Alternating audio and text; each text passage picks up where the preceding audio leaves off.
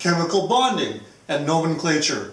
This is something that you need to know based on what kind of bond you're looking at. When we have two or more atoms being bonded together, by definition we have a molecule.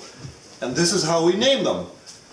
Depending on which kind of bond system you use, which are ionic or covalent, we must therefore go back to basic principles to find. An ionic bond is a bond in which you have two atoms that are sharing a pair of electrons unequally. So here are your two atoms here. That's AT, AT, atom, atom. If you have a pair of electrons between them, and maybe this atom here is a little bit stronger than this atom here, then what's going to happen is that the two atoms are going to be pulled a little bit more towards the side of the stronger atom. This is a little bit like you sharing something with your roommate or your annoying brother or sister, and somebody is sharing unequally, sort of like tug of war. Somebody's winning, somebody's losing. Because the electrons, which are negatively charged, are moving a little bit more towards the stronger atom side. There's a little bit of a negative charge here, a little bit of a net positive charge here. Hence it is called ionic, because ion means charged particle. If, however, the atoms are being shared more equally, which makes it sound more democratic, we therefore have a situation now in which the electrons are sitting more or less in the middle. In this case, because they're being shared equally or cooperatively, if you think of it that way, co means with, this is known as a covalent bond, in which the electrons bonded between the two atoms here are shared more or less equally. Think of it as cooperating with each other.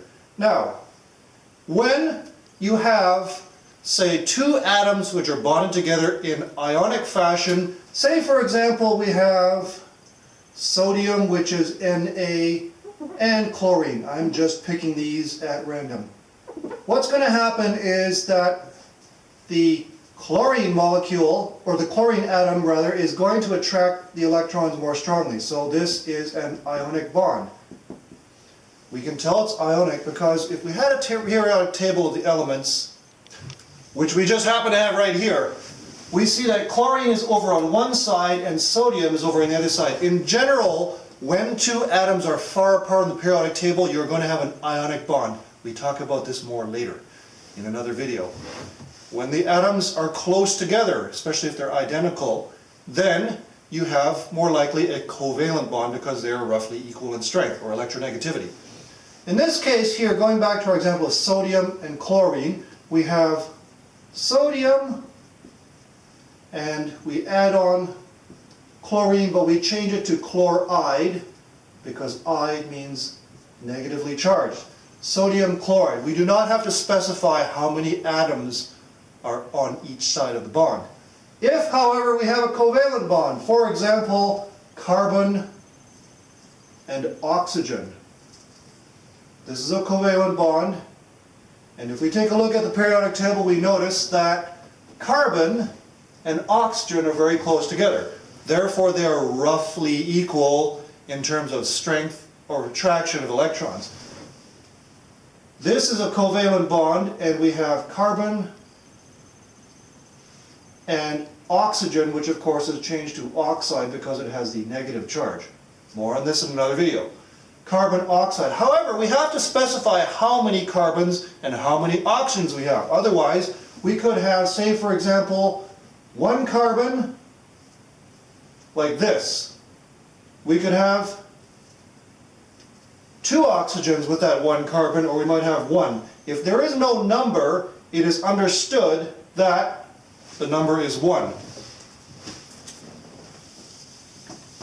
Please do not put that number elsewhere. If we specify 2 oxygens, we have to put the 2 down here.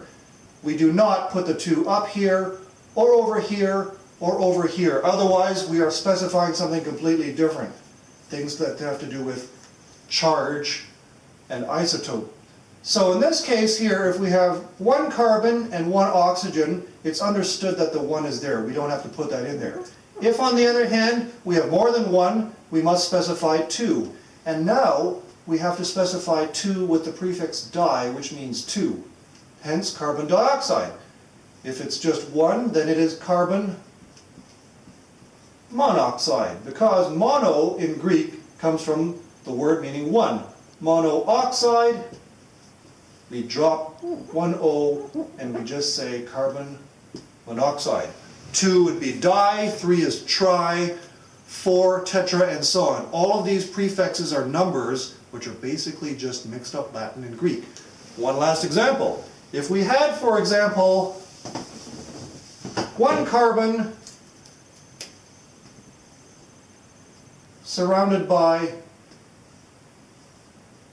4 chlorine atoms, we know right off the bat that we have 1, 2, 3, 4 bonds. Now at this point, we have 1 carbon, 4 chlorines. Because the charges are spread roughly equally, and this is something which will be explored in another video, we have 1 carbon which we must specify and 4 chlorines. We can drop the 1, so we have carbon, and 4 in this case is tetra chloride. Technically it should be mono carbon tetrachloride, but when the first atom has a number 1, we don't have to specify mono. If, however, we had something that looked like this, and this doesn't actually really exist, but it proves a point for nomenclature, if we had 2 carbons and 4 chlorides in a covalent configuration, we would have to say dicarbon tetrachloride. That is about as short a summary as we can do for this introduction. More on this in subsequent chemistry videos. And remember, your teachers love you, but not as much as I do.